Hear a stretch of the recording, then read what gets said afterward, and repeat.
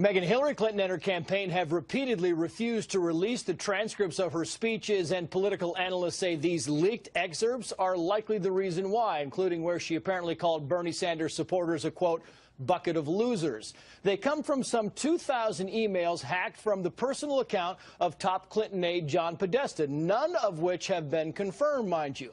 They show Clinton campaign researchers trying to flag Podesta about quotes that could be politically damaging. For example, one that says Clinton admits she's out of touch, referring to a speech she made at Goldman Sachs where she talked about her middle-class upbringing and went on to say, quoting, "So I lived that, and now obviously I'm kind of far removed because the life I've lived and the economic, fortunes that my husband and I now enjoy.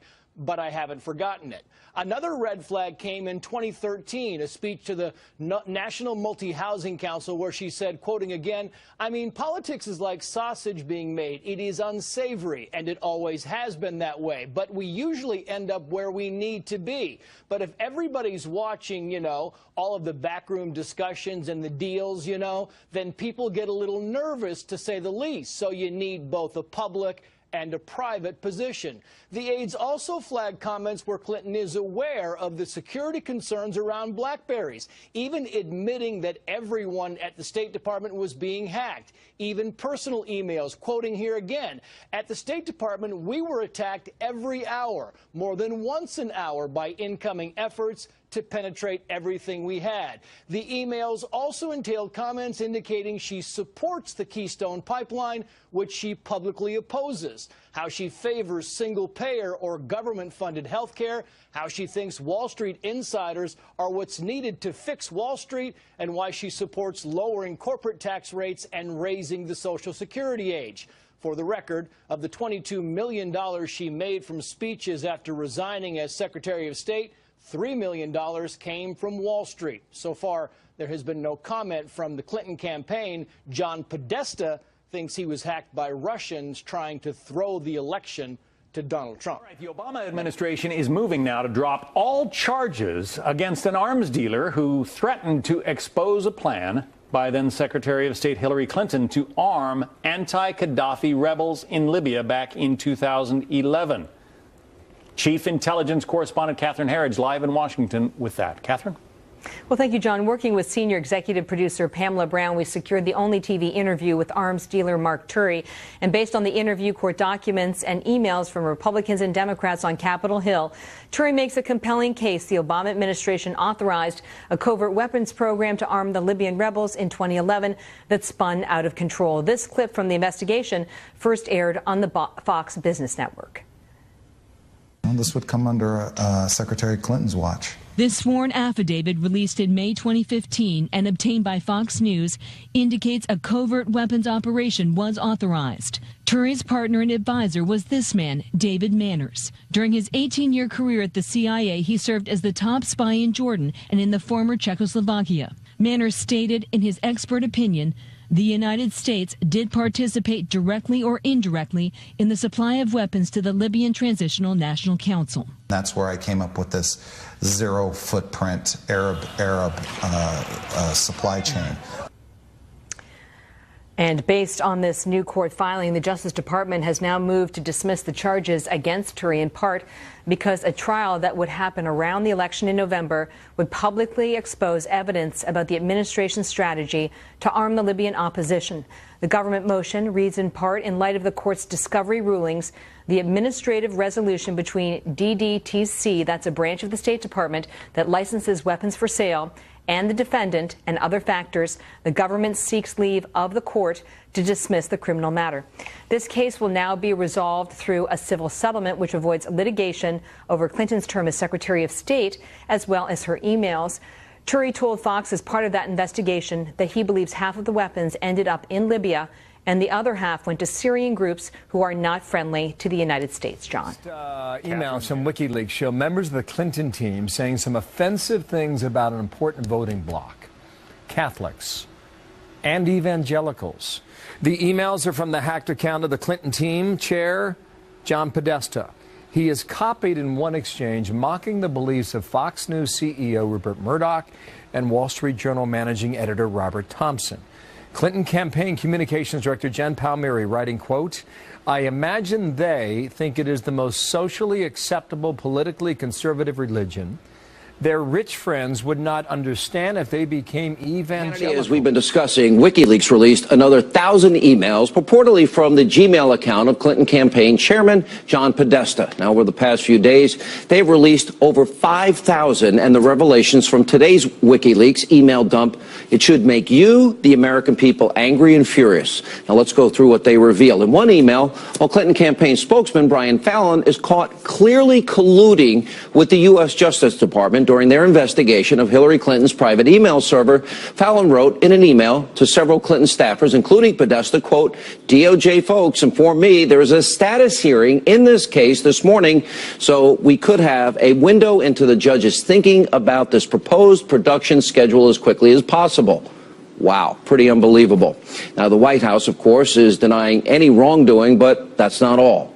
Now, as it turns out, the Clinton campaign wasn't just colluding with the Justice Department. They were also coordinating openly with members of the mainstream media. For example, according to one of the leaked emails, CNBC's John Harwood, well, he gave advice to the Clinton campaign, and he said, "I imagine that Obama feels some sad vindication at this demonstration of his year-long point about the opposition party veering off the rails." In another leaked email chain, top Clinton officials are clearly being pressured by the chairman of Univision to hit Donald Trump harder over immigration. And that's not all. The leaked emails also allegedly show the Clinton campaign also had a very cozy relationship with the New York Times, and particularly with its reporter, Mark Leibovich, who allowed the campaign to edit out certain Clinton quotes from a 2015 interview. Isn't that nice? Clinton communications director Jennifer Palmieri even told him, quote, "Pleasure doing business with you." Of course, this is only the tip of the iceberg, with other leaked emails showing a staffer calling Chelsea Clinton, quote, "a spoiled brat," John Podesta's obsession with aliens, and sometimes Clinton was told when to smile during her speeches. That would be like me reading this to you and saying, "Hi, how are you? I'll smile now." Siriki is former president of the Haitian Senate. So I want to read to you the emails that we're talking about here, or at least some of them. It says, quote, "You need to flag people who are friends of WJC." That's William Jefferson Clinton, of course. This is a senior State Department official who is juggling incoming offers to funnel assistance from the State Department over to these companies that were going to come in. And she says, "Most I could probably ID, but not all." This is an FOB with an exclamation point. An aide forwards a note later with a woman's offer for medical supplies. If she is not, she should go directly to CIDI.org. This is the regular government website, the way other people would enter and make bids for these products. But if you were a friend of Bill, you could come in, and what we learned later was that they were not competitively bidding for contracts, that they were just given these contracts. And in some cases, there was outright fraud of these people who came in through the Clintons. What is your opinion of that, and what did that do to the Haitians that were so desperately in need of help? It has entirely crushed Haiti. In 2010, we had an earthquake that killed 315,000 people. That's really a deadly earthquake, and millions were left without shelter. President Obama named Bill Clinton as the one that should be in charge of the reconstruction of Haiti. And in that process, the Clinton Foundation, through U.S. taxpayers' money, and people giving money worldwide to the Clinton Foundation for relief effort to Haiti, contributed about $14.3 billion. We're talking about $1 billion, okay? And the Haitian people has not seen not even 2% of that money. 2%? Nothing was done in Haiti. Yeah. No, and the New York Times has investigated this. Lots of other people have, and have found that it was donors to the Clinton Foundation that were then given these contracts. And they went in. Exactly. Yeah, go ahead. Exactly, and actually they were given those contracts, they were given millions of dollars from that money, and nothing was actually done in Haiti. Yeah. Haiti, just like everything the Clinton have done, is pay for play, and they control Haiti, and they have been controlling Haiti since 1994 when they invaded Haiti. Yeah. Myself, I can tell you that back in August of 1994, I was always in contact with U.S. officials. Yeah. And one of the person that came to see me in Haiti and talked to me for about 4 hours was former Congressman Bill Richardson. And I explained to Bill the exact situation that was happening in Haiti. A week later, a messenger from the U.S. Embassy came to me with a message from Bill Clinton, offered to buy me out, make me the richest man in Haiti. Okay. I refused. I said, tell Mr. Clinton I am not for sale. Okay. A week later, my visa, at that time I was not a citizen of the United States. My residence visa was revoked by executive order from Bill Clinton. Sir, I mean, what the Clinton have done in Haiti is unbelievable, and the American people should know about it. Yeah. Absolutely. We're up against a hard break. It's going to cut us off. I hope that you will come back and tell us more about your story, because this is so important. The foundation said their work has focused on helping the people of Haiti in their time of urgent need. Obviously, you just 6 minutes past now. We got this just an hour ago, and we continue to go through it. WikiLeaks posted more than 2,000 additional emails from Hillary Clinton's campaign chair, John Podesta. This is the hashtag Podesta file, I think, online. That makes more than 4,000 so far, and we're learning from them that Mrs. Clinton talked about insider information about the raid on Osama bin Laden's hideout with a group of bankers in Canada. What does the CIA think about that? Chief Intelligence Correspondent Catherine Herridge live in D.C. for more now. Catherine, good morning. Well, thank you, Bill, and good morning. These transcripts released by WikiLeaks show Hillary Clinton gave a speech to a group of Canadian business leaders in November 2013. And during that speech, Clinton reveals details of the 2011 raid that killed Osama bin Laden. Clinton specifically discusses sources and methods, which appears to be a violation of national security. Clinton tells the business group that an intercepted phone call was part of the intelligence trail that led to the al-Qaeda leader's compound in Pakistan. The transcript reads in part, quote, "The people who were the analysts and collectors and good old-fashioned spies who were gathering bits and pieces of information, some of them from cell phone conversations. He has just made a phone call. He said, this is the phone call. We need to figure out where he is. Then we need to follow him. And that is how we found this compound in Abbottabad." A former intelligence officer said Clinton's team showed no respect for classified information, and the investigation did not hold them accountable.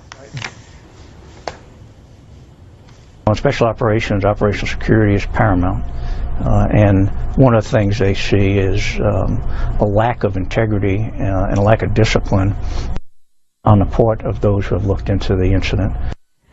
Asked by Fox News if Clinton's discussion of the bin Laden operation was cleared, that's a standard step for discussing classified information in public. A CIA spokesman said they had no comment on her speech or her claim that a phone intercept played a role tracking down bin Laden. Is there a double standard in that, Catherine? Well, on its face, it does appear to be a double standard. This was a paid speech by Hillary Clinton, and the U.S. government recently took legal action against the author Matt Bissonnette. He's the former Navy SEAL who wrote about the mission in his book No Easy Day. Bissonnette has now been ordered by a federal court to pay the government nearly $7 million from his profits, and in exchange, a criminal investigation into the unauthorized disclosure of classified information is being closed. The CIA would not say whether similar action is being considered in Clinton's case, and the Clinton campaign is not commenting on WikiLeaks, full stop.